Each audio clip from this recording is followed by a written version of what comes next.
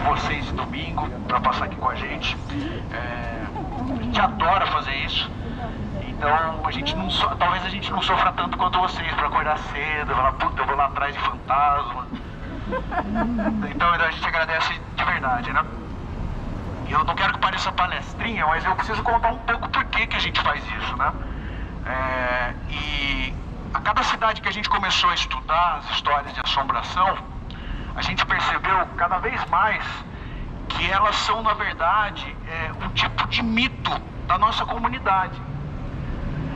Elas são, e toda cidade tem um mito de criação. E Campinas não é diferente. Então, existe um certo preconceito com a história, com essa coisa de história de assombração, como se fosse uma besteirinha, só uma história de medo, uma coisa para contar para criança. E a gente começou a identificar, claro que essa é uma opinião muito própria nossa, tá? Que elas têm muito mais do que isso. Elas são um retrato do nosso imaginário popular. As histórias de assombração trazem para muito além de quem acredita nessa relação espiritual, de continuidade, do pós-morte. Ela traz um recorte social muito legal e identifica muito a gente. E é por isso que a gente começou por Campinas. Já fomos para algumas outras cidades, mas esse lugar é tão especial e tinha uma coisa que nos intrigava muito. Qual seria o mito de criação de Campinas? Porque toda grande cidade tem um mito de criação. Toda cidade, principalmente as mais antigas, né? Em Atenas, por exemplo, você tem uma briga, uma disputa entre Atena e Poseidon. Roma, Rômulo e Remo sendo amamentados pela loba. E Campinas, o que era? Será que é o nascimento da Sandy? A gente acha que não, embora seja uma coisa importante. Então, a gente começou a procurar nas nossas histórias, histórias que tivessem essa relação. E a gente está indo para um universo muito, não é só lúdico, mas é de um outro lugar, é um lugar imaginário, é um outro lugar. Então, a gente não tem tanto aqui o compromisso com a história, e se a gente cometer algum erro histórico, de data, então vocês nos perdoem. Nosso compromisso é com a contação de história de assombração e com essa ideia que a gente tem. E aí, nessa busca nossa, a gente achou uma história que a gente acha que é meio elementar aqui da cidade, né? Que é a história do Elesbão. E eu não vou começar pelo Carlos Gomes, vocês estão com essa expectativa, porque eu sou ponte pretano e eu vou pensar se eu vou falar de Carlos Gomes hoje, porque foi ele que fez o Guarani. Então, eu não sei se eu vou falar do Carlos Gomes hoje não, vou pensar no caso. Mas a história do Elesbão, o Elesbão era um jovem negro escravizado que fugiu de uma fazenda aqui de Campinas, e na fuga o dono da fazenda, João Capitão Luiz, ele morreu quando esses homens escravizados fugiram. Eles não teve auxílio de alguns outros homens escravizados que viviam num quilombo em Itatiba, e Elesbão e Narciso, que são os dois protagonistas dessa nossa história, eles foram capturados, foram levados para São Paulo, mas eles fugiram em São Paulo. E o Narciso foi recapturado antes do Elesbão. Narciso foi enforcado em São Paulo, no Largo da Forca, onde fica hoje a igreja Nossa Senhora dos Enforcados, ali na Liberdade. E Elesbão fugiu para o quilombo em Itatiba. Elesbão voltou para Campinas, porque ele estava convicto de sua inocência, então ele não se preocupou e voltou para Campinas e foi recapturado. E como lembrou bem a Cris, nossa amiga que é guia de turismo, ele foi executado a partir de uma lei de Portugal, mesmo o Brasil já tendo sido declarado a independência. A gente está falando de a fuga do Elesbão foi em 1831, e a sua captura e execução foi em 1835. Então, o que aconteceu? Nesse período, Elesbão foi capturado, e aqui onde a gente está hoje, exatamente aqui, era casa de câmara e prisão. Era aqui onde a gente está. Ele ficou aqui. Eu estou começando a história do Elesbão aqui também, porque o cortejo do Elesbão começou da frente da igreja Nossa Senhora do Carmo. Foi por aqui que começou o cortejo do Elesbão. O Elesbão, então, ele foi enforcado. Essa forca, na época, o imperador determinava que as forcas fossem erguidas 2 dias antes da utilização e fossem desmontadas 2 dias depois da utilização. O fato é que essa forca, o Elesbão foi enforcado, a forca não foi desmontada e ela ficou de 1835 a 1848 no Largo Santa Cruz, que é onde há relatos das aparições de Elesbão. Elesbão sempre muito ansioso. Quem teve contato com o espectro do Elesbão sempre muito ansioso, e quem foi abordado, ele dizia que não tinha sido ele que havia matado o capitão Luiz. E por que eu falo do mito de criação de Campinas? Essa história é muito triste, mas o Elesbão, ele é um mártir de uma coisa que aconteceu de alguma maneira heróica a partir dessa forca. Porque a forca, depois desse período, em 1848, ela foi transferida para onde é o Largo São Benedito. E quando ela chegou lá, o lugar foi rebatizado de Campo da Alegria. Quer dizer, quem detinha o poder naquele período falou: eu vou levar essa forca para um lugar onde era um reduto de organização da comunidade negra de São Paulo. Eu vou colocar essa forca aqui, e esse lugar passa a ser chamado então de Campo da Alegria. E é aí que eu falo que a gente acha que esse pode ser um mito de criação de Campinas, porque a comunidade, em algum momento, irritada com aquela situação, já não aguentando mais ver uma forca sendo usada incessantemente, botou fogo na forca, e mais nenhuma forca foi construída no lugar. Então, eu acho que a curva maior dessa história, a curva dramática maior dessa história, faz com que a gente acredite que ela pode ser, isso quem está falando é o pessoal do Que Te Assombra, eles concordam comigo, pode ser um mito de criação nosso, porque tem uma potência muito grande quando as pessoas se juntam e acabam com uma forca que tem um significado tão terrível. Então, eu vou convidar vocês agora para a gente sair daqui, e a gente vai passar, então essa aqui onde a gente está, é a casa de campo de prisão. Depois a gente vai passar a esquina da Barão de Jaguara com a Benjamin Constant, onde ficava um tronco de açoite, e a gente vai descer. Eu quero que vocês desçam comigo, a gente vai até o Largo das Andorinhas para eu contar outras histórias de lá, de assombração, e um pouquinho também desse cenário histórico da cidade, tá bom? Vamos lá? Clima bom, né, gente? Estamos bem.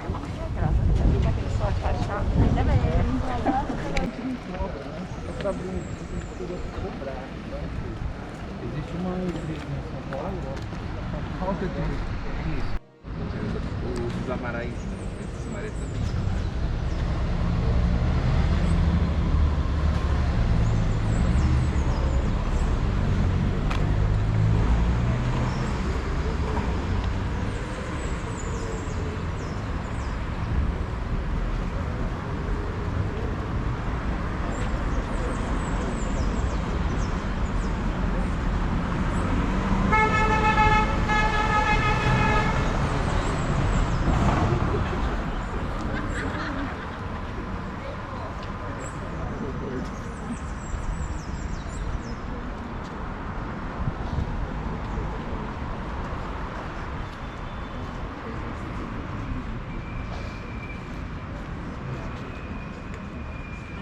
Todo mundo aí? Legal, gente. Então, a gente contou um pouquinho da história do Elesbão ali, passou por esses lugares. O Largo da Forca, onde o Elesbão foi executado, é o Largo Santa Cruz, para quem não conseguiu identificar, no Cambuí, onde fica também a primeira igreja de Campinas, que é aquela igreja da Nossa Senhora da Santa Cruz. Bom, por que a gente está aqui? Esse é o Largo do Pelourinho. Esse é o Largo do Pelourinho. O Largo das Andorinhas a gente chamava Largo do Pelourinho. E aqui existia um mercado de hortaliças, aqui também acontecia a venda de seres humanos, aqui também era um mercado de compra e venda de pessoas escravizadas. Ali na frente, onde é a Escola Carlos Gomes, era um mercado municipal. Aqui onde a gente está era um mercado de hortaliças e aquele era um mercado municipal. Então, A gente vai contar essa história olhando para dois períodos. Esse primeiro inicial, que era um período onde, de fato, Campinas estava começando, principalmente essa relação comercial.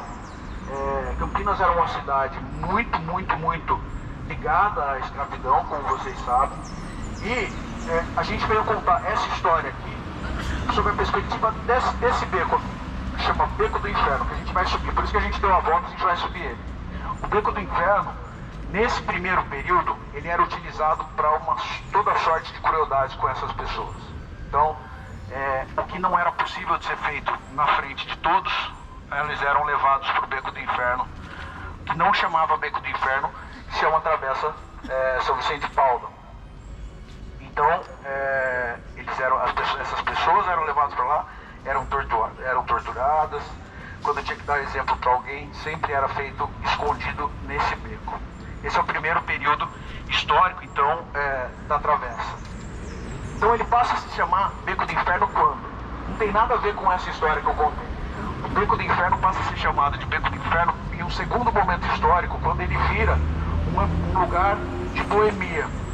Tem um monte de criança aqui com a gente, também é muito legal, então vamos pegar leve um pouco quando a gente for contar histórias ligadas a entretenimento adulto e atividades noturnas, tá bom?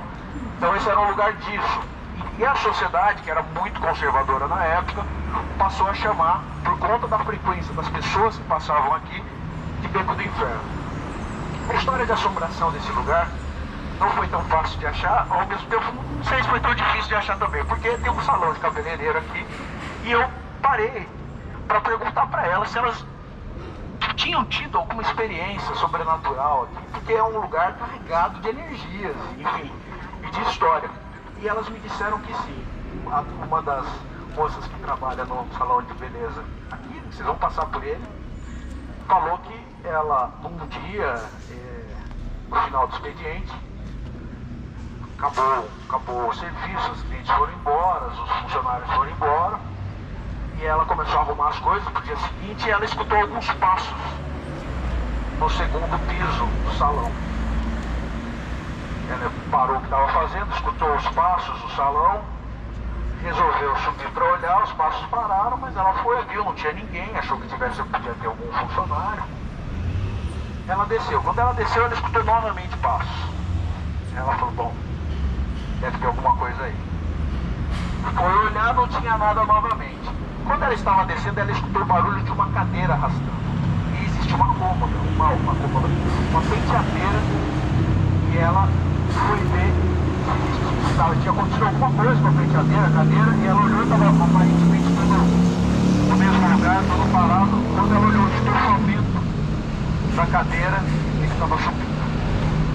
Então essa é a nossa história sobrenatural no Beco do Inferno. Devem ter muitas outras, quem souber, por favor, nos conte.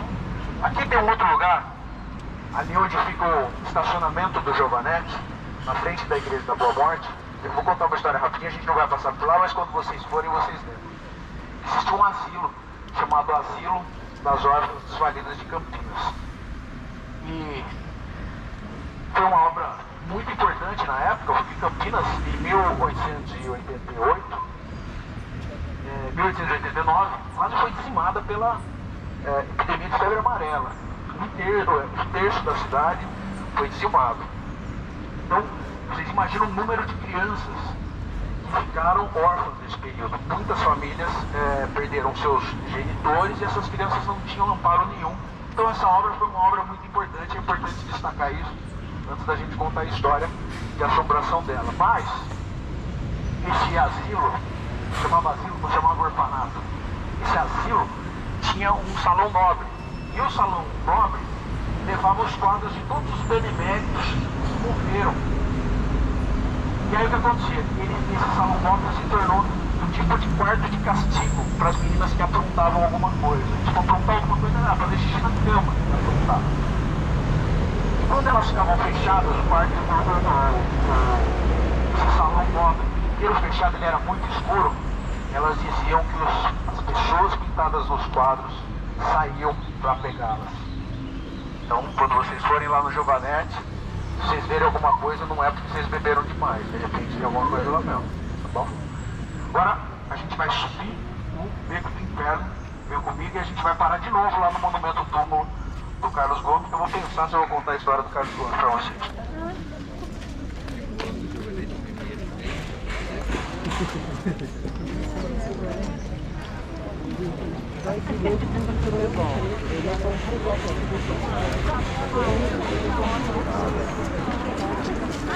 A galera nem tem ideia. Eu também.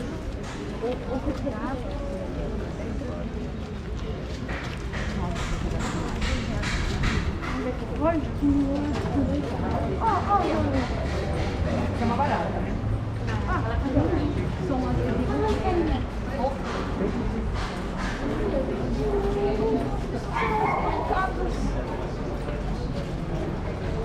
Muito legal,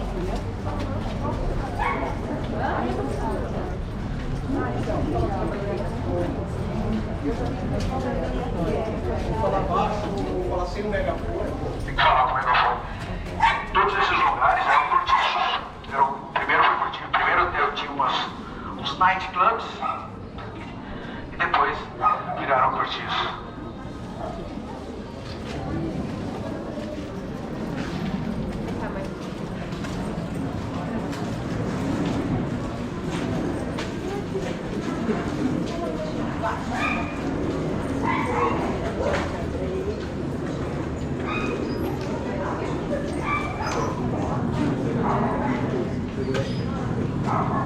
E aqui, nessa portinha aqui, é o salão que eu contei a história pra vocês, tá bom? Durante a semana tá aberto, se vocês quiserem vir, pra confirmar, tá bom?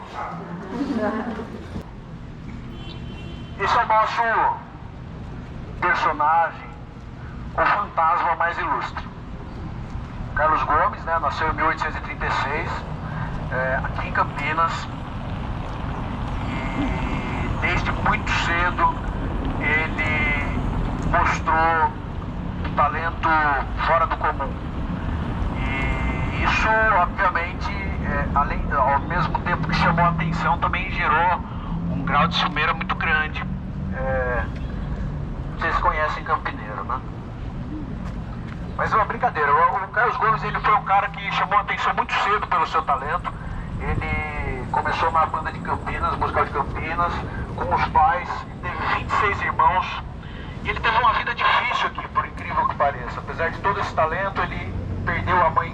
A mãe dele tinha 28 anos e teve uma morte trágica. Ela foi assassinada ali pertinho de onde é o Siririca. Depois eu conto um pouquinho do Siririca para vocês. Mas ela teve uma morte muito trágica, ela foi assassinada, não se sabe exatamente a motivação. Há quem diga que foi crime passional, enfim. E o Carlos Gomes também perdeu muitos irmãos, teve uma vida difícil em Campinas, não foi fácil a vida dele aqui. E um dia ele decidiu ir para Santos, porque para conquistar o espaço dele na música nacional, ele foi para Santos, de Santos ele foi para o Rio de Janeiro. No Rio de Janeiro ele recebeu as graças do imperador, financiou os estudos dele no Conservatório de Milão. E Carlos Gomes, na Itália, virou o Carlos Gomes do mundo.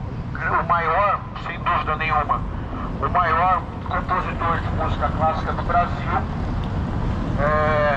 sem dúvida nenhuma, o maior artista de Campinas, depois da Sandy. E o Carlos Gomes, ele teve alguns problemas em Campinas, para além desses que a gente contou no começo da vida dele. Carlos Gomes já realizado, já consagrado, ele foi convidado para compor o hino, na época o hino da República, mas era um hino nacional. Ele foi convidado e ele negou que seria uma honraria para muitos, pela lealdade que ele tinha com o imperador. E Carlos Gomes, quando voltou para o Brasil, ele foi para Belém e ele morreu em Belém. E lá ele foi enterrado. E aí que começa a história do fantasma de Carlos Gomes. Por quê? Ele não queria muito voltar para Campinas. E aí o governador da época falou, não, Carlos Gomes não pode ficar enterrado em outro estado, em outra cidade. Ele precisa voltar pelo menos para o estado de São Paulo. Carlos Gomes quase foi enterrado em São Paulo, na cidade de São Paulo. Mas trouxeram Carlos Gomes para Campinas e ele foi enterrado no jazigo de uma família dessas 400 da cidade. E quando ele foi enterrado no jazigo dessa família 400 aqui da cidade, ele ficou puto da vida. E voltou para assombrar a cidade. Então Carlos Gomes era visto por aqui, pelo centro, andando bravo, esbravejando, bravo pra caramba, porque ele não queria voltar para Campinas. E além de voltar para Campinas, ele foi enterrado num jazigo daquelas famílias que nunca valorizaram muito ele. Então ele ficou puto da vida e saía esbravejando por aí, assustando os outros, até que um dia construíram o monumento túmulo de Carlos Gomes. E aí agora ele só aparece de vez em quando para tocar um pianinho ali na escola Carlos Gomes, às vezes na sala de ensaio da orquestra. Ele aparece só para desenferrujar o dedo. Esse monumento ele é muito bonito e traz outra personalidade de Campinas. Alguém sabe quem é? A Santa. Não, mas a Santa pode ter estátua dela viva mesmo. Não é a Santa, é a Maria Monteiro. Está na rua Maria Monteiro? Não, não é a rua, é a Maria Monteiro, que era uma cantora lírica da época. Então é isso, gente. É isso tudo que eu tenho para dizer sobre Carlos Gomes. Vocês sabem que o nosso compromisso é com a assombração. E como a gente tá, como eu falei, citei o Cine Rick, vocês querem ouvir um pouquinho a história do Cine Rick? Só um pouquinho. A gente não vai passar por lá. O Cine Rick é onde fica a loja da Espaço Cosméticos. Do lado de frente, dependendo da perspectiva, da Caixa Econômica Federal. E o Cine Rick foi a maior tragédia de Campinas. Sem dúvida nenhuma. Era um domingo, em 1951, caiu o teto do cinema na hora da matinê, na exibição do filme. Passavam 2 filmes naquela época na matinê. E morreram muitos jovens, muitas crianças. Foi uma tragédia que abalou a cidade de maneira longeva, né? Muito tempo Campinas sofreu um luto nessa tragédia, e eu não estou contando ela só sobre a perspectiva da tragédia, obviamente. A gente tem 2 histórias sobrenaturais sobre esse fato. A primeira delas é que existe uma foto, também meio misteriosa, tirada por um fotógrafo que cobriu aquela tragédia, porque naquela época todos os jornais eram meio como notícias populares, assim, não tinha nenhum tipo de cuidado editorial com a foto, era foto de gente morta, pedaço na primeira página uma coisa horrorosa. E esse cara que foi cobrir, o fotógrafo que foi cobrir o acidente do Cine Rick, esse desastre do Cine Rick, tirou fotos de uma menina olhando para o próprio corpo. Essa foto eu nunca vi, essa é uma foto que é muito mais uma história do que, de fato, algo fático, né? Mas tem outra história que também contribuiu muito para a gente contar a história do Cine Rick aqui, que é a história do Chico Xavier. Ele teve um parceiro nas 3 obras psicografadas. E esse espírito chamado Carlos Augusto foi um espírito que desencarnou, segundo Chico Xavier, no desastre do Cine Rick. Então essas são as histórias do Cine Rick. A gente está falando tudo, gente, se vocês começarem a reparar, tudo é meio aqui no centro. Isso é muito legal. Você vê que tem um circuito de histórias e de coisas que não acontecem. A gente começou a fazer a 3ª temporada das Assombrações de Campinas, e vai ter uma história da Catedral e vai ter uma história do menino diabo que era daqui, ó, dessa região, assim. É a história do menino que nasceu e começou a crescer um chifre nele, ninguém sabia o que era, na verdade um par de chifres. E, enfim, a gente vai contar isso depois, não vou dar muito spoiler, mas a gente vai contar, mas tudo acontece por aqui.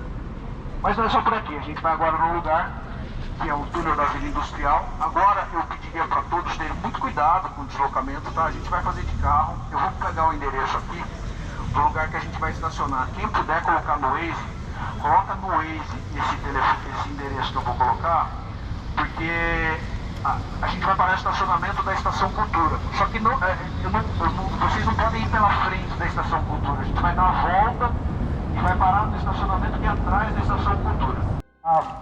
chegar um pouquinho depois, eu conto de novo.